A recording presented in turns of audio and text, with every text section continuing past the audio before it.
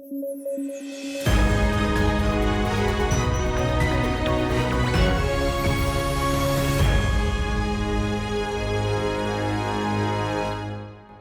News at 9 programme में आपका स्वागत है। मैं हूं अमृत उपाध्याय। आइए जल्दी से डालते हैं आज के हेडलाइंस पर नजर।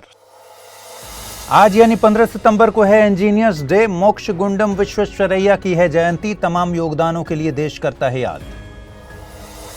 4 नई जनजातियां हुई एसटी की लिस्ट में शामिल। लंबी प्रक्रिया है लिस्ट में इंक्लूजन का, फाइनल नोट देती है कैबिनेट। और 15-16 सितंबर को एससीओ की बैठक हो रही है आयोजित। तमाम मुद्दों पर होगी चर्चा। बड़े बहुपक्षीय संगठनों में से एक है एससीओ। आइए खबरों की शुरुआत करें। उससे पहले एक बार फिर से आपको बता दूं कि अगर आप इस बुलेटिन को पीडीएफ फॉर्मेट में पढ़ना चाहते हैं तो अमृत उपाध्याय 007 इस टेलीग्राम चैनल पर जाइए और यहां रोजाना आपको इसकी पीडीएफ उपलब्ध होगी। चलिए खबरें शुरू करें। 15 सितंबर को नेशनल इंजीनियर्स डे मनाया जाता है। इस मौके पर पीएम मोदी ने मोक्षगुंडम विश्वेश्वरैया को याद किया। एम विश्वेश्वरैया भारत के एक महान सिविल इंजीनियर थे। उनके जन्मदिन के मौके पर भारत में इंजीनियर्स डे मनाया जाता है। उन्हें ब्रिटिशर्स के द्वारा सर एमवी की उपाधि दी गई थी। विश्वेश्वरैया को भारत का पहला फ्लड प्रोटेक्शन सिस्टम तैयार करने के लिए जानते हैं। इसके अलावा उन्हें भारत के शुरुआती इंजीनियरिंग कॉलेज के गठन के लिए जाना जाता है।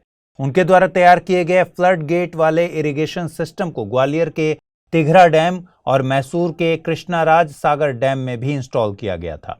इंजीनियरिंग में योगदान के अलावा उन्हें इकोनॉमिक प्लानिंग के लिए भी जानते हैं।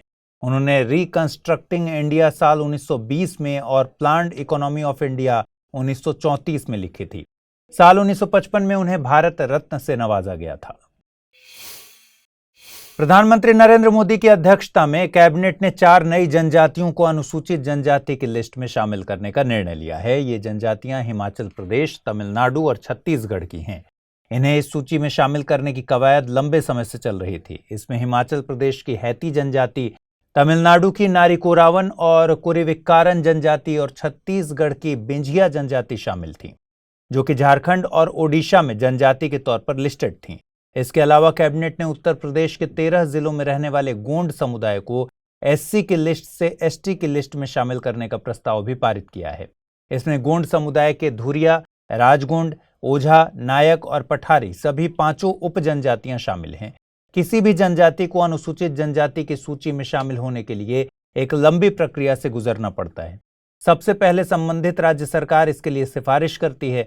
इसके बाद ये सिफारिशें केंद्रीय जनजाति कार्य मंत्रालय को सौंपी जाती हैं, जो कि इसकी समीक्षा करके लिस्ट को रजिस्ट्रार जनरल ऑफ इंडिया के अप्रूवल के लिए भेजता है। इसके बाद राष्ट्रीय अनुसूचित जनजाति आयोग के पास लिस्ट जाती है।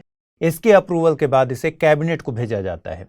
आपको बता दें कि एनसीएसटी एक संवैधानिक निकाय है। इसका गठन संविधान के अनुच्छेद 338A के जरिए किया गया है।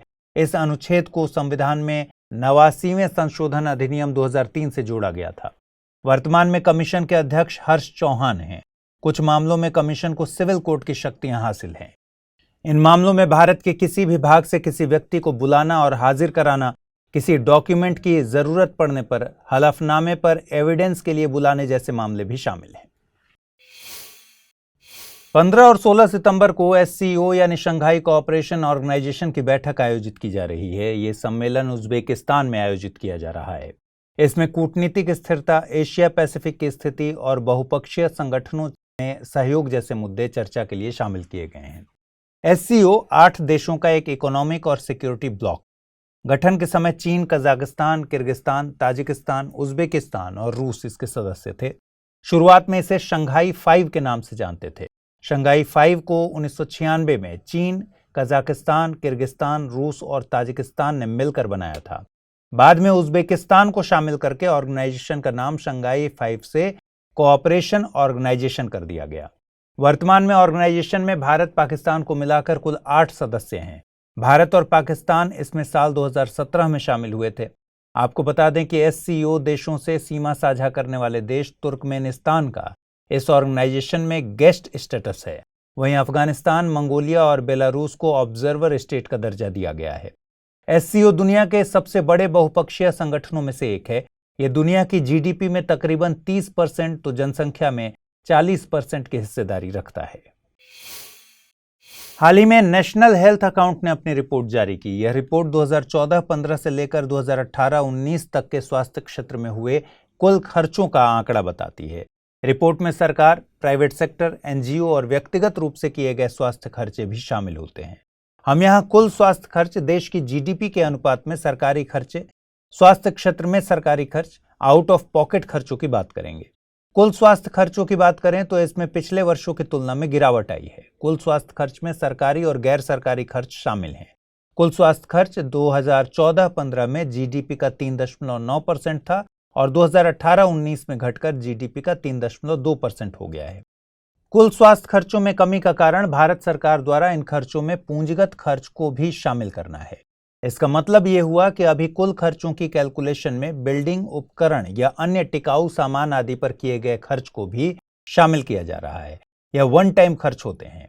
नेशनल हेल्थ अकाउंट 2018-19 की रिपोर्ट के सबसे महत्वपूर्ण निष्कर्षों में एक यह है कि देश की जीडीपी के अनुपात में सरकारी खर्चे 2017-18 की तुलना में कम हुए हैं। ये खर्चे 2018-19 में जीडीपी का 1.28% हैं, जबकि 2017-18 में ये खर्चे जीडीपी के अनुपात में 1.35% थे। हालांकि 2014-15 की तुलना में ये खर्चे बढ़े हैं। अगर हम केवल सरकारी खर्च की बात करें तो सरकारी खर्च 2014-15 की तुलना में बढ़ गया है। 2018-19 में सरकारी खर्च जीडीपी का 1.28% है। 2014-15 में यह 1.13% था। आपको बता दें कि कुल स्वास्थ्य व्यय के प्रतिशत के रूप में भी सरकारी खर्चे में वृद्धि देखी गई है। ये खर्चे 2014-15 में 23.2% थे और 2018-19 में ये बढ़कर 34.5% हो गए हैं। अगर हम आउट ऑफ पॉकेट खर्चों की बात करें तो इन खर्चों में पिछले साल की तुलना में गिरावट आई है।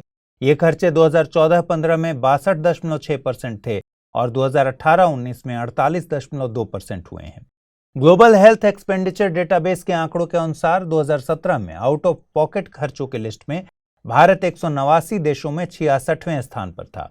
भारत में यह खर्च प्रति व्यक्ति $100 था। अन्य एशियाई देशों ने इस क्षेत्र में बेहतर प्रदर्शन किया है। भूटान, बांग्लादेश, पाकिस्तान और नेपाल जैसे देशों में आउट ऑफ पॉकेट खर्च भारत से काफी कम है। गौरतलब है कि आउट ऑफ पॉकेट खर्च का मतलब है कि व्यक्तियों ने अपनी खुद की जेब से स्वास्थ्य सेवाओं पर कितना खर्च किया है। आइए देखते हैं बुलेटिन पर आधारित क्या सवाल बनाए जा सकते हैं। पहला सवाल है, नेशनल हेल्थ अकाउंट 2018-19 की रिपोर्ट से संबंधित गलत कथन को चुनिए। कुल स्वास्थ्य खर्च 2014-15 में जीडीपी का 3.9% था और 2018-19 में घटकर जीडीपी का 3.2% हो गया है। देश की जीडीपी के अनुपात में सरकारी खर्चे 2017-18 की तुलना में कम हुए हैं। भारत में आउट ऑफ पॉकेट खर्चों में पिछले सालों की तुलना में वृद्धि आई है। कुल स्वास्थ्य खर्च के प्रतिशत के रूप में भी सरकारी खर्चे में वृद्धि देखी गई है। आइए अब जल्दी से देखते हैं कल जो प्रश्न पूछे गए थे उनके सही जवाब क्या हैं। कल मैंने पूछा था आपसे, निम्न कथनों में से गलत को चुनिए। एनजीटी के अध्यक्ष की नियुक्ति भारत के मुख्य न्यायाधीश के परामर्श के बाद केंद्र सरकार द्वारा की जाती है। एनजीटी को उच्च न्यायालय का दर्जा दिया गया है। एनजीटी की 4 बेंच पटना, भोपाल, पुणे और कोलकाता में है। एनजीटी के तहत पर्यावरण संबंधी मामलों का निपटारा 6 महीनों के अंदर करना होता है। इसका सही जवाब है ऑप्शन सी, एनजीटी की 4 बेंच पटना, भोपाल, पुणे और कोलकाता में है। अगला सवाल मैंने पूछा था, बेरोजगारी दर के आंकड़ों से संबंधित गलत कथन बताइए। हरियाणा में बेरोजगारी दर 37.3% है, जो देश में सबसे ज्यादा है। जम्मू कश्मीर और राजस्थान राज्यों में बेरोजगारी दर 30% से अधिक है। छत्तीसगढ़ में बेरोजगारी दर 4.4% है। अगस्त में शहरी बेरोजगारी दर 9.6% थी और ग्रामीण दर 7.7% थी। सही उत्तर है ऑप्शन सी, छत्तीसगढ़ में बेरोजगारी दर 4.4% है। उम्मीद है आज पूछे गए सवाल का जवाब भी आप कमेंट बॉक्स में देंगे। आपके कमेंट्स लगातार हम लोग को मिल रहे हैं और ये काफ़ी उत्साह बढ़ाने वाली बात है कि आप लगातार अच्छे से बुलेटिन देख भी रहे हैं और सवालों को अटेम्प्ट भी कर रहे हैं। अगर ये इनिशिएटिव आपके लिए फ़ायदेमंद साबित हो रहा है, अपने दोस्तों के साथ इसे ज़रूर शेयर कीजिए। अगले बुलेटिन में यानी कल रात 9 बजे फिर मुलाकात होगी नए मुद्दों के साथ। अपना ख्याल रखिए, ठीक से पढ़ाई कीजिए। नमस्कार।